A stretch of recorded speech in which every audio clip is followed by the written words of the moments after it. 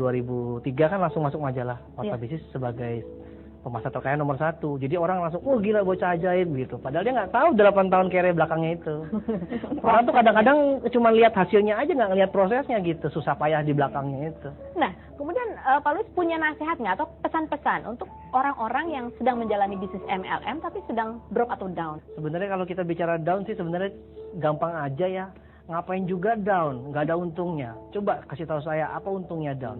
Kalau down itu nggak ada untungnya, ngapain dikerjain? Manusia kan hidup cari untung. Tapi kiat-kiatnya kalau Anda lagi sedang down ya, Anda datangin ke apa-apa Anda yang aktif, datang ke pertemuan-pertemuan. Jadi kita bisa bergaul dengan orang-orang yang lagi semangat.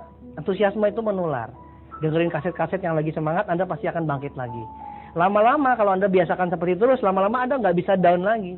Mau down nggak jadi, mau down nggak jadi, lama-lama nggak pernah down lagi. Oh, jadi seperti itu caranya. Jadi lingkungan yang positif itu membantu kita untuk betul sekali. Ingat. Jangan jauhi pertemuan yang positif, tapi dekati pertemuan yang positif sehingga kita bisa tertular semangat dari orang-orang tersebut.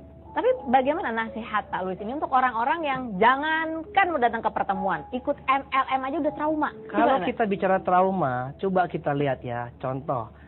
Thomas Alva Edison menciptakan lampu, ya. Itu ada buku yang mengatakan 2000 kali percobaan, ada yang mengatakan 10.000 kali percobaan.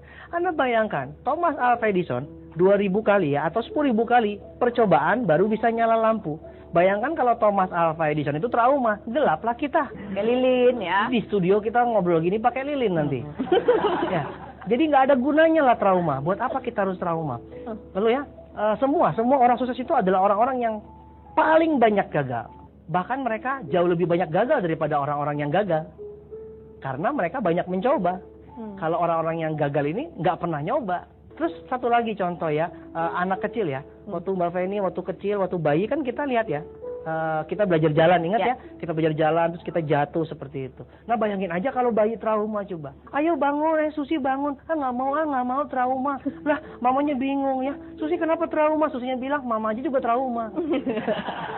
Makanya jangan trauma lah jadi orang, ya. Nggak ada gunanya, nggak ada gunanya kita trauma. Iya, tapi kemudian ini banyak sekali orang di luar sana tuh yang baru dengar jalan ke atas sekarang, bisnis MLM tuh langsung stigmanya negatif gitu.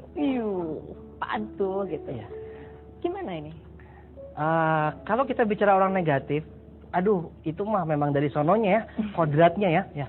Gini, saya mau tanya sama Mbak Feni, orang miskin sama orang kaya banyakan mana? Orang miskin.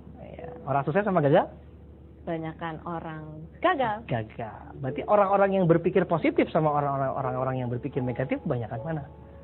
Negatif ya? Iya, karena orang sukses itu orang-orang yang selalu berpikir positif, sedangkan orang-orang gagal atau orang-orang miskin itu orang-orang yang selalu kebiasaannya berpikir negatif.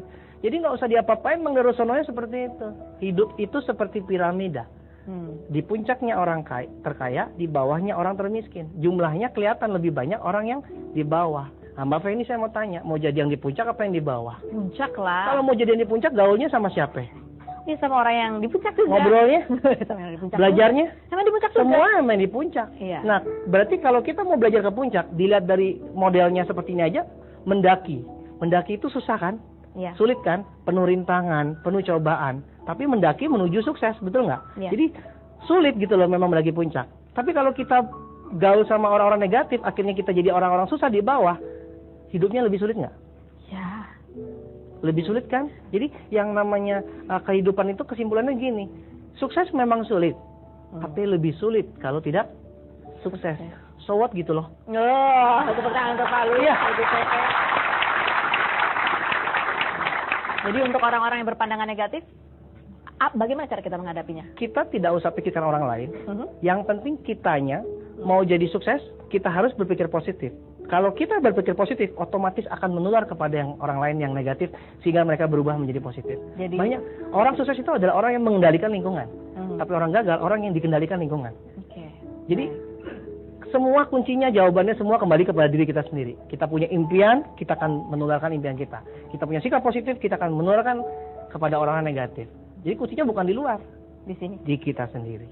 Nah, pemirsa, bagaimana dengan Anda? Kalau Anda orang yang ingin mencapai kesuksesan, berarti Anda harus selalu terbuka pikirannya untuk menerima sesuatu pelajaran yang baru dan harus bersikap positif. Barangkali itu adalah kunci untuk mencapai impian Anda. Setelah yang berikut ini, tetaplah di Ada Apa Dengan